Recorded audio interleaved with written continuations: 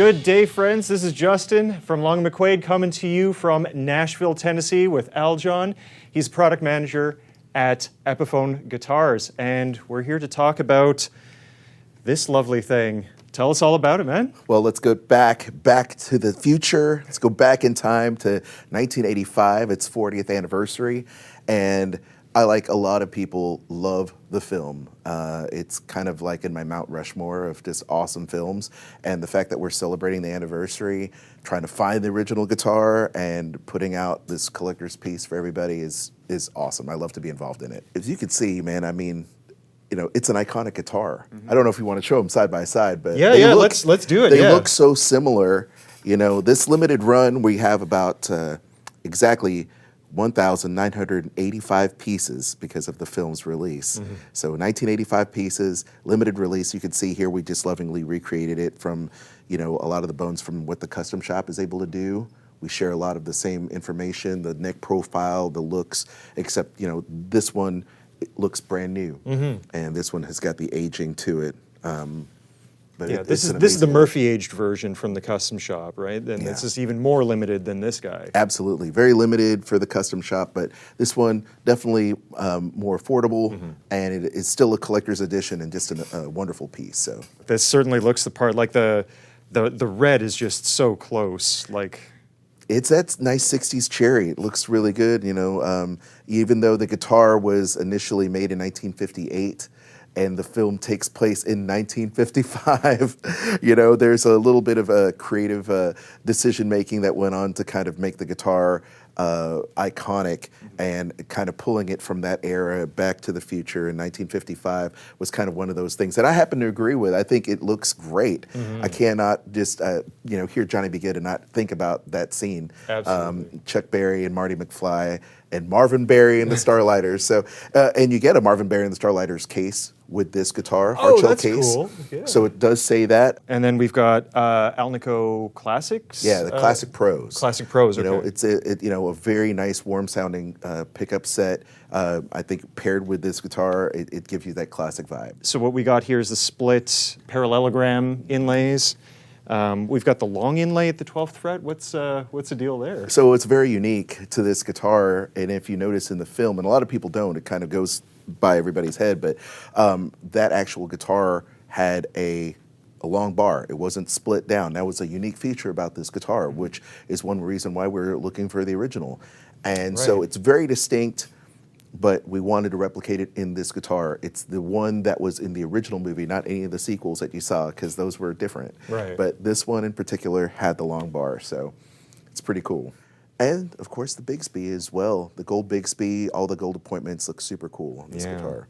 And the tailpiece studs, you know, talking about detail, right? Like on the original guitar, the tailpiece studs were still in there, even though there's no tailpiece. And this was something that was largely done at the Gibson factory. Anytime you wanted to order, like factory order a Gibson with a Bigsby on it, they pulled one off the line and put a Bigsby on it.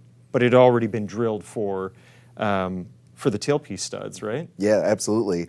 And I love the fact that they're still in there. It's kind of like Frankenstein with a bolt sticking out of the neck. It's Yeah. But, you know, sometimes we left the studs in there so you could put it back on if you wanted to, or replace it with that custom-made plaque on it to cover up the holes. Yeah. You know, so you either have the fangs or you have the vampire holes. You know, one of the two.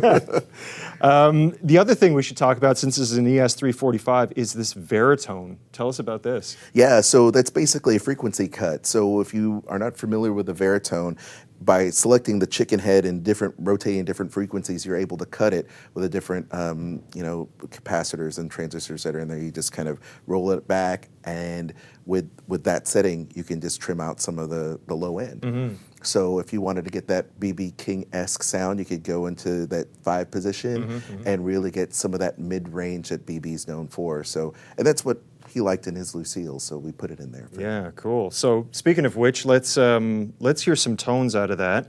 So what you heard right off the top was just the bridge pickup through a sort of amp that's on the edge of breakup here.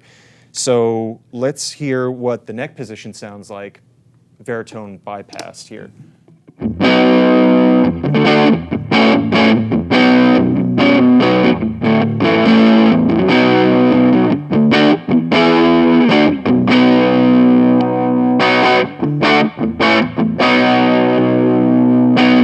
Varitone in the bypass position, that's like nicely balanced between the neck and the bridge. There's no like huge woofiness out of this thing. That's really nice. All right, so let's throw this thing in the middle position and check out the B.B. King setting on the Varitone, which I believe was setting 5, and see what we get.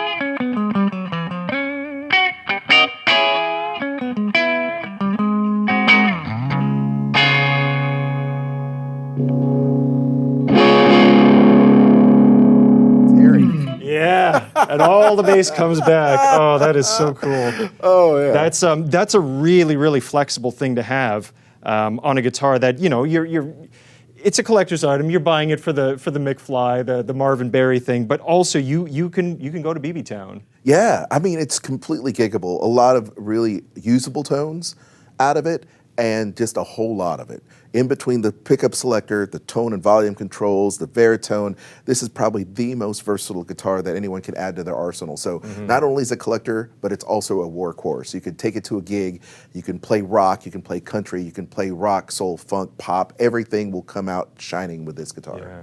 And we can't talk about this guitar without talking about that little decal back there. That's right. So we wanted to pay some homage to Hill Valley, and so there's a little decal on the back that says Hill Valley Music.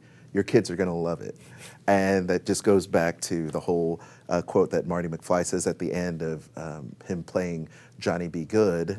It's an oldie but a goodie, but your kids are going to love it. So it's pretty cool. I mean, everything about this guitar is just kind of lovingly recreated from that era. You know, the funny thing is that Back to the Future was set in 1955, but the ES-345 wasn't actually a guitar until 58, really. Right. So that's kind of the weird thing about that whole situation, is that you had to kind of go into the past and bring the guitar up from the future. It's a time continuum kind of weirdness thing. Imagine that. Yeah, the whole universe is going to explode. But the cool thing is you have this guitar, and it's a limited run, 1985 pieces, and so we're glad that Long McQuade has some for the fans out there to celebrate this film's anniversary. So. Absolutely, and it's also worth noting that we have the Murphy Lab Gibson version here, which is all aged exactly like the one from the movie. Not everybody's going to be able to afford this. Not everybody's going to be able to get their hands on it, and that's why this is here. 100%, man. So you can get some of that Marvin Berry mojo and play Johnny B. Goode or anything else from the Back to the Future soundtrack and feel like you're connected to the film with this collectible.